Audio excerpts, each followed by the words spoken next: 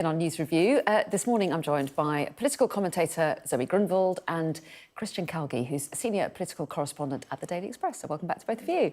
And the big story across all the papers is looking ahead to Keir Starmer's visit to Washington next week and his meeting with Donald Trump amid so much tension over the war in Ukraine. And we've got a real sense of the message that Keir Starmer is going to take there because he's written about it in The Sun on Sunday. There's a big double-page spread here. And that headline they've pulled out there, a good peace can only be won through strength, really is the main message. Yeah, that's right. So Keir Starmer's said, basically reasserted the importance of the UK supporting Ukraine in this fight against Russia. He talks about remembering when the Berlin Wall came down and what people would say if they knew that, years later, Russian tanks would be sweeping into European cities again. So he talks about the importance of supporting Ukraine. He also talks about particularly what he's going to talk to Trump about. So he praises Trump's desire for peace, but he also says the US must be part of any peacekeeping mission and that Europe and the US's vision must be one of ensuring that Russia cannot invade again. He also talks about his willingness, his readiness to deploy troops in Ukraine for peacekeeping. And to make sure that anything that happens, that the British public is aware that this has a knock-on the UK's economic stability. So anything that happens in Europe will affect the rest of the world, particularly Europe. So lots of interesting messages in there, but ultimately what he's really trying to get across is that the UK is standing behind Ukraine and expects the US to do the same also. Well, yes, and that's something that Trump won't want to hear, will he? Because he's been incredibly critical of President Zelensky just this week. And an article in The Mail, a double-page spread, suggests that along with that tough message, he may well, bring a few sweeteners as well. There's sense that they might increase defence spending. And also, their headline is Trump finally gets his big day in Parliament. So that's part of the box of goodies he might take as well. Exactly, yes. Defence spending and also another state visit, which would be Donald Trump's second to Britain. However, the key sweetener is that he is on course to give a speech to Parliament, which I think I'm right in saying hasn't been offered since Obama.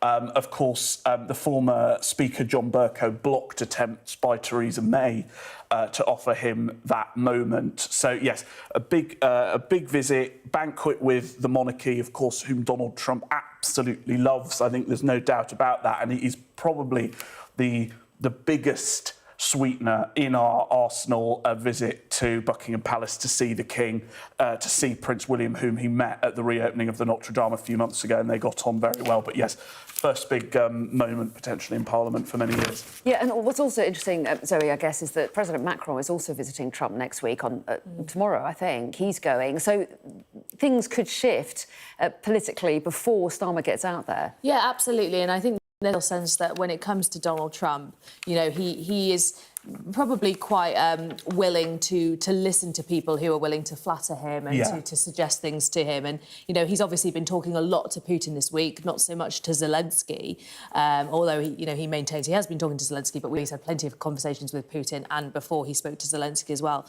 I think there is a hope from European officials that if he speaks to Macron, if he speaks to Keir Starmer, that he might hear the sort of more pro-European side of the argument and possibly be willing to back Ukraine in stronger terms than he did the week before. I mean, if there's one thing we know about Trump is that he can change his mind on a day-to-day basis based on who probably smiles sweetest at him. Yeah, exactly. And with that sweet smile, we understand, according to the papers, that Keir Starmer may lay out a clearer timetable of when the UK intends to hit that 2.5% of spend on defence. And there's an article Express that you've picked out, Christian, which talks about the Conservatives' response to that. Yes, so Kemi Badenoch has written a letter to the Prime Minister offering Conservative support for extra defence spending and saying the Tories, the opposition, would back such a move and suggesting that the cash comes from the welfare budget, the foreign aid budget and also by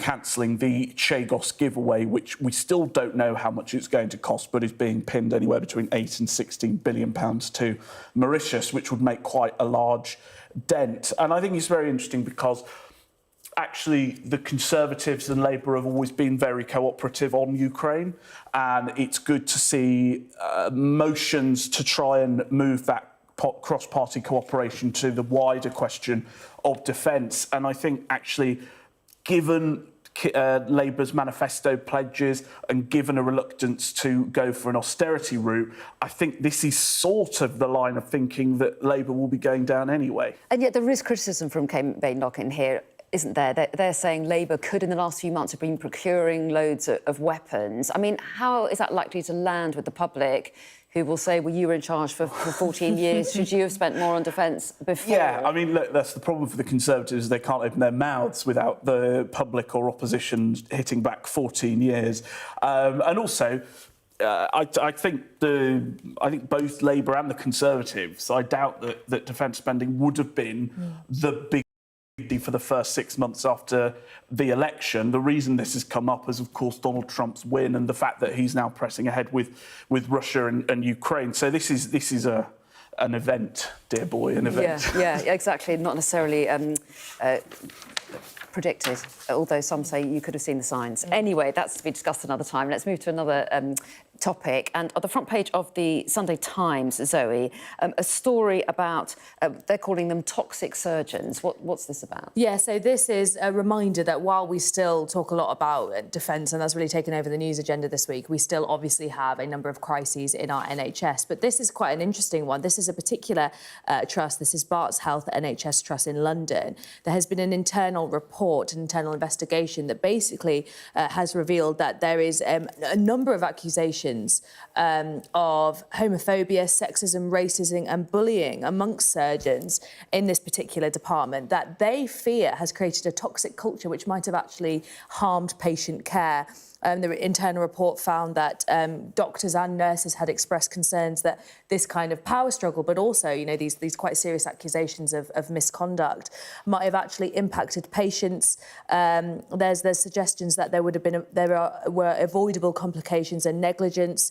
3 patients went blind and others needed repair surgery waiting for appointments, and that these surgeons' relationships deteriorated so much that there was just this constant fight for power and control of the unit. So a real concern about, whether the NHS is equipped to deal with all the kind of issues it has in terms of resources and funding, but also how, when there are problems that do happen in workplaces, like employees not getting on or having accusations of bullying, whether a institution that is so under-resourced can actually get on top of those concerns. And in this case, you can see that it actually can directly harm patients' health. Yeah, I mean, it is worrying, isn't it, when the NHS is under a lot of pressure in so many areas, Christian? Very briefly.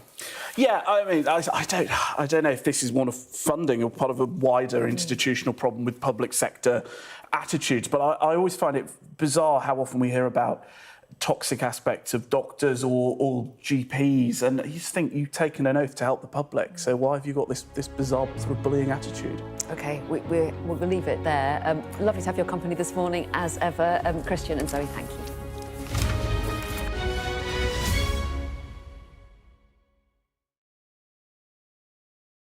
Weeknights on Sky News. This is your chance.